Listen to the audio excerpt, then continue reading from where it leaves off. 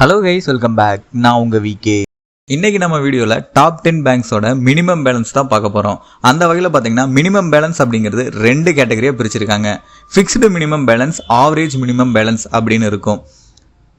நிறைய பேர் நினைக்கிற ஒரு விஷயம் என்னன்னா, மினிமம் பேலன்ஸ் அப்படின்னா நம்ம அக்கௌண்ட்டில் டெய்லியும் அந்த பேலன்ஸ் இருந்துகிட்டே இருக்கணும் அப்படின்னு நினைப்பாங்க. இந்த ஒரு கான்செப்ட் வந்து பேங்க் வைஸ் வேரியேஷன் ஆகும். ஏன்னா மோஸ்ட்லி எல்லா பக்கமே பார்த்தீங்கன்னா ஆவரேஜ் மினிமம் பேலன்ஸ் அப்படின்னு ஒன்று தான் மெயின்டைன் பண்ணுறாங்க. இங்கே வந்து நீங்கள் 0 பேலன்ஸ் கூட மெயின்டைன் பண்ணலாம். பர் மந்தில் வந்து பார்த்தீங்கன்னா அவங்க என்ன ஆவரேஜ் கொடுத்துருக்காங்களோ அது ஒரு 24 ஹவர்ஸ் உங்கள் அக்கௌண்ட்டில் இருந்தால் போதும். அந்த ஒரு கான்செப்டில் இருக்கும். ஃபிக்ஸ்டு மினிமம் பேலன்ஸ்னு ஒன்று இருக்குங்க. அதில் தான் பார்த்தீங்கன்னா 250 ருபீஸ், 500 ருபீஸ் இந்த மாதிரி சின்ன சின்ன அமௌண்ட் வந்து அவங்க கொடுத்துருப்பாங்க. அது வந்து ஸ்டேபிளாக உங்கள் அக்கௌண்ட்டில் இருக்கணும். இந்த மாதிரி ஒரு கான்செப்ட் இருக்கும். இந்த 2 கான்செப்ட் தான் பேங்க் செக்டர்ஸில் மெயின்டைன் பண்ணிட்டு இருக்காங்க. நிறைய பேருக்கு இருக்கக்கூடிய ஒரு ப்ராப்ளம் அப்படின்னு பார்த்தீங்கன்னா, ஒரு 300 ருபீஸ், 200 ருபீஸ் என்னோட அக்கௌண்ட்டில் பிடிச்சிடுறாங்க. பட் ஏன் அப்படின்னு ரீசன் தெரியல அப்படின்னு நீங்கள் திங்க் பண்ணிட்டு இருந்தீங்கன்னா, அதுக்கு ஒரு மெயின் ரீசனாக இருக்கிறது மினிமம் பேலன்ஸ் மெயின்டைன் பண்ணல அப்படிங்கிற ஒரு கான்செப்டாக தான் இருக்கும். அதாவது லாஸ்ட் மந்த்தாக இருந்தாலும் சரி, இல்லை குவார்டர்லி 3 months அந்த கால்குலேஷனில் இருக்கும். அப்போ வந்து நீங்கள் மினிமம் பேலன்ஸ் ப்ராப்பராக மெயின்டைன் பண்ணல அப்படிங்கும்போது உங்களுக்கு வந்து 15,000 ரூபா உங்களுக்கு சம்பளம் அப்படின்னு போடும்போது அது வந்து உங்கள் அக்கௌண்ட்டில் கிரெடிட் ஆகுது. கிரெடிட் ஆகும்போது ஒரு 300 ருபீஸ் பிடிச்சிடுறாங்க. 14,700 ரூபா தான் உங்கள் அக்கௌண்ட்டில் இருக்குது அப்படின்னா அது எதுக்காக பிடிச்சாங்க அப்படின்னா, நீங்கள் மினிமம் பேலன்ஸ் ப்ராப்பராக மெயின்டைன் பண்ணியிருக்க மாட்டீங்க. இந்த ஒரு கான்செப்டுக்காக தான் அவங்க வந்து பிடிச்சிருப்பாங்க. அந்த சார்ஜஸ் பிடிக்காமல் இருக்கிறதுக்கு என்ன பண்ணும் அப்படிங்கிறத இந்த வீடியோவோட எண்ணில் சொல்கிறேன். இப்போதைக்கு 10 பேங்க்ஸோட மினிமம் பேலன்ஸ் பார்க்கலாம் வாங்க. அதுக்கு முன்னாடி நம்மளோட சேனலை யாராவது சப்ஸ்கிரைப் பண்ணாமல் இருந்தீங்கன்னா மறக்காமல் சப்ஸ்கிரைப் பண்ணிடுங்க.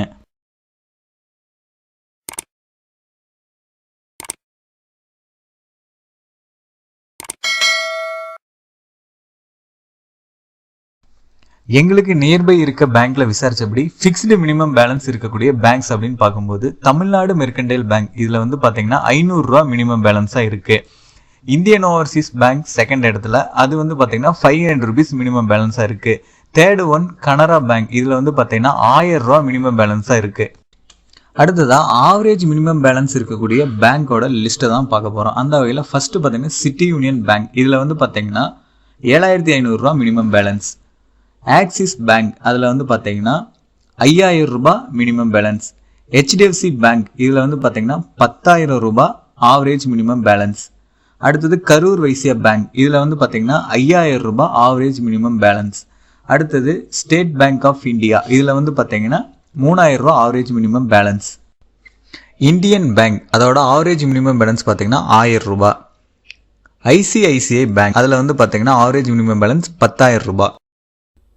இதில் உங்கள் பேங்க் இல்லாமல் இருந்தால் கமெண்ட் பாக்ஸில் கமெண்ட் பண்ணுங்கள். நெக்ஸ்ட் வீடியோவில் உங்களுக்காக போடுறோம். வீடியோவோட ஓப்பனிங்கில் சொன்ன மாதிரி பேங்க் சார்ஜஸ் வராமல் இருக்க என்ன பண்ணும் அப்படின்னா, ஃபிக்ஸ்டு மினிமம் பேலன்ஸ் அப்படிங்கிறது 1,500 ரெகுலராக மெயின்டைன் ஆகிட்டு இருக்கணும். அப்படி மெயின்டைன் பண்ணிங்கனாவே எந்த சார்ஜஸும் வராது. ஆவரேஜ் மினிமம் பேலன்ஸ் அப்படிங்கிறது உங்களுக்கு வந்து 20,000 ரூபா சம்பளம் அப்படின்னு பார்த்தீங்கன்னா, அந்த பேங்க்கோட ஆவரேஜ் மினிமம் பேலன்ஸ் 1,000 ரூபா அப்படின்னா 1000 × 30 பர் மந்த்துக்கு கால்குலேட் பண்ணும்போது 30,000 ரூபா வரும். ஸோ உங்களுக்கு 20,000 ரூபா சம்பளம் அப்படின்னா நீங்கள் அந்த 20,000 ரூபாயில் ஒன் டே 24 மணி நேரம், ஒரு நாளைக்கு 24 மணி நேரம் 20,000 ரூபா இருந்துருச்சு. அதில் நீங்கள் அடுத்த நாள் 10,000 ரூபா எடுத்துக்கலாம். அதுக்கப்புறம் மீதி 10,000 ரூபா இருக்கும். அப்போது அந்த மந்தில் 2 நாளைக்கு 30,000 ரூபா இருந்துருச்சு. மீதி 28 நாள் வந்து நீங்கள் 0 பேலன்ஸ் மெயின்டைன் பண்ணிக்கலாம். எந்த சார்ஜஸுமே பிடிக்க மாட்டாங்க. இது எல்லாத்தையும் தாண்டி மினிமம் பேலன்ஸ் சார்ஜஸ் பிடிக்கிறாங்க அப்படின்னு ரேராக தான் இருக்கும். அப்படி சப்போஸ் ஏதாவது பிடிச்சாங்கன்னா இந்த ட்ரிக்கை யூஸ் பண்ணுங்கள். 1ஆம் தேதி உங்கள் அக்கௌண்ட்டில் அவங்க என்ன ஆவரேஜ் பேலன்ஸ் சொல்கிறாங்களோ அதை மெயின்டைன் பண்ணுங்கள். அடுத்த 5 நாளைக்கு 0 பேலன்ஸாக வச்சுக்கோங்க. நீங்கள் அமௌண்ட் எடுத்துக்கலாம்.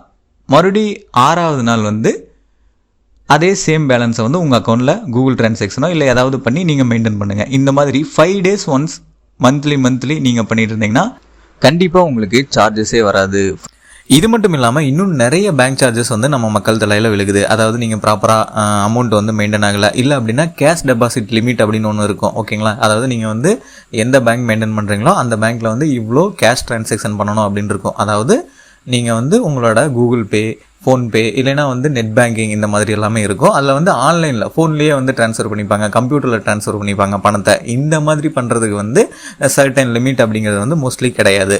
ஆனால் நீங்கள் வந்து பணமாக கொண்டு போய் கட்டுறீங்க, அதே மாதிரி பணமாக வந்து பேங்க்ல எடுக்கிறோம் அப்படின்னா அதுக்கு வந்து ஒரு மாசத்துக்கு இவ்வளோதான் பணம் எடுக்கணும், இவ்வளோதான் பணம் கட்டணும் அப்படின்னு இருக்கு. அதே மாதிரி ஒரு வருஷத்துக்கு இவ்வளோ அப்படின்னு சொல்லி ஒவ்வொரு பேங்க்லயும் ஃபிக்ஸ் பண்ணியிருப்பாங்க. ஓகேங்களா, எல்லா பேங்க்லயுமே இவ்வளோதான் பணம் வச்சிருக்கணும், இவ்வளோதான் பணம் போடணும், இவ்வளோதான் பணம் எடுக்கணும் அப்படின்னு சொல்லி இருக்கும்.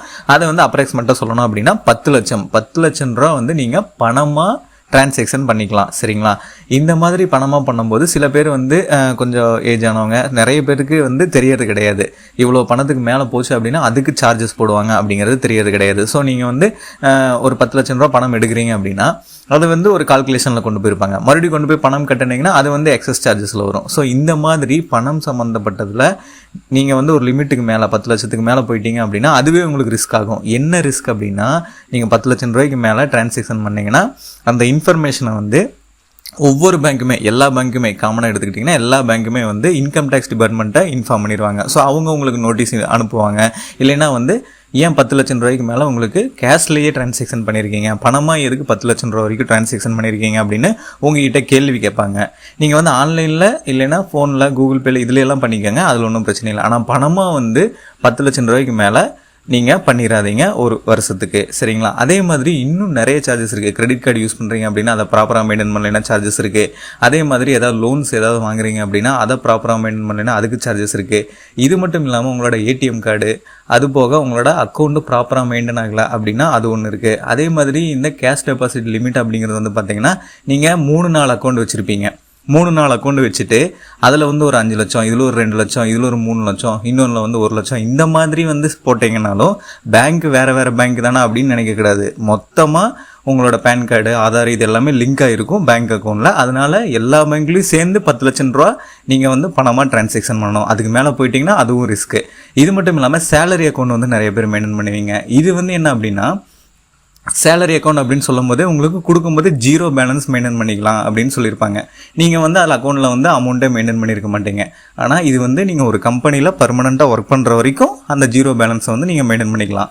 அந்த பேங்க்கு எப்போ க்ளோஸ் ஆகும் அப்படின்னு பார்த்தீங்கன்னா, அந்த சேலரி அக்கௌண்ட் அப்படிங்கிறது எப்போ க்ளோஸ் ஆகும்னு பார்த்தீங்கன்னா, ஒரு கம்பெனிலேருந்து இன்னொரு கம்பெனிக்கு மாறிட்டீங்க, இல்லை கம்பெனி விட்டு நின்றுட்டீங்க அப்படின்னா வித்தின் 3 மாதம் அப்படிங்கிற மாதிரி கணக்கு இருக்கும். அந்த 3 மாதத்துக்குள்ளே உங்களோட அக்கௌண்ட்டில் வந்து சேலரி வந்து விழுகணும். சப்போஸ் விழுகலை அப்படின்னா ஆட்டோமேட்டிக்காக அது சேவிங்ஸ் அக்கௌண்ட்டாக மாறிடும். நீங்கள் 0 பேலன்ஸ் தானே அப்படின்னு சொல்லி கேஷுவலாக விட்டுருவீங்க. ஆனால் அது ஆட்டோமேட்டிக்காக சேவிங்ஸ் அக்கௌண்ட்டாக மாறி மினிமம் பேலன்ஸ், நான் சொன்னல மினிமம் பேலன்ஸ் வந்து நீங்கள் மெயின்டைன் பண்ணல அப்படின்னு சொல்லி உங்களுக்கே தெரியாமல் அது வந்து சார்ஜஸ் போட்டுட்ருப்பாங்க. ஸோ சேலரி அக்கௌண்ட்டாக இருக்குது அப்படின்னா டெஃபினட்டாக நீங்கள் கம்பெனி விட்டு சேஞ்ச் ஆகிட்டீங்க அப்படின்னா அந்த கம்பெனியோட சேலரி அதில் வர மாதிரி பண்ணிக்கோங்க. இல்லை அப்படின்னா இல்லை நான் வந்து பிஸ்னஸ் ஸ்டார்ட் பண்ணுறேன், இல்லைனா வேலைக்கே போகலை அப்படின்னா அந்த சேலரி அக்கௌண்ட்டை வந்து இமீடியட்டாக க்ளோஸ் பண்ணிடுங்க. இந்த மாதிரி பண்ணிங்கன்னா மட்டும்தான் உங்களுக்கு சார்ஜஸ் வராது. இல்லைன்னா ஆட்டோமேட்டிக்காக அதில் சார்ஜஸ் போட்டுருப்பாங்க. அப்புறம் உங்களுக்கே ஒரு கால் வரும், இந்த மாதிரி நீங்கள் மினிமம் பேலன்ஸ் மெயின்டைன் பண்ணல அப்படின்னு. நான் சேலரி அக்கௌண்ட் தானே 0 பேலன்ஸ் அப்படின்னு சொன்னீங்கன்னா ஏற்றுக்கவே மாட்டாங்க. அதுக்கு ஒரு நீங்கள் அமௌண்ட்டை கட்டி அந்த அக்கௌண்ட்டை க்ளோஸ் பண்ணி, இல்லை அப்படின்னா அந்த அக்கௌண்ட்டை மெயின்டைன் பண்ணுறதா இருந்ததுன்னா மினிமம் பேலன்ஸ் எவ்வளவோ அதை நீங்கள் கட்டணும். அதுக்கப்புறம் அதில் எவ்வளோ சார்ஜஸ் மைனஸில் போச்சோ அதுக்கான சார்ஜஸ் கட்டணும். இந்த மாதிரி ஏகப்பட்ட ரிஸ்க் இருக்குது. ஸோ பேங்க் அக்கௌண்ட் வச்சுருக்கீங்க, கொஞ்சம் யோசித்து என்னென்ன சிக்கல்கள் வருது அப்படிங்கிறத தெரிஞ்சுக்கிட்டு நீங்கள் பேங்க் அக்கௌண்ட்டை ப்ராப்பராக மெயின்டைன் பண்ணுங்கள். ஃபைனலாக உங்களுக்கு நான் சொன்ன இந்த மினிமம் பேலன்ஸ் ட்ரிக்ஸ் வந்து ரொம்பவே யூஸ்ஃபுல்லாக இருந்திருக்கும்னு நினைக்கிறேன். அப்படி இருந்திருந்தால் இந்த வீடியோ ஒரு லைக் பண்ணிவிட்டு இந்த மாதிரி பணம் சம்மந்தப்பட்ட ஒவ்வொரு வீடியோஸையும் உடனுக்குடனே தெரிஞ்சுக்கிறதுக்கு நம்ம சேனலை யாராவது சப்ஸ்கிரைப் பண்ணாமல் இருந்தீங்கன்னா மறக்காமல் போய் சப்ஸ்கிரைப் பண்ணிக்கோங்க. அப்படியே பக்கத்தில் இருக்க பெல் பட்டனையும் கிளிக் பண்ணிடுங்க. அப்போ தான் நான் போகிற ஒவ்வொரு பயனுள்ள வீடியோ உங்களுக்கு உடனுக்குடனே நோட்டிஃபிகேஷன்லாம் வந்து சேரும்.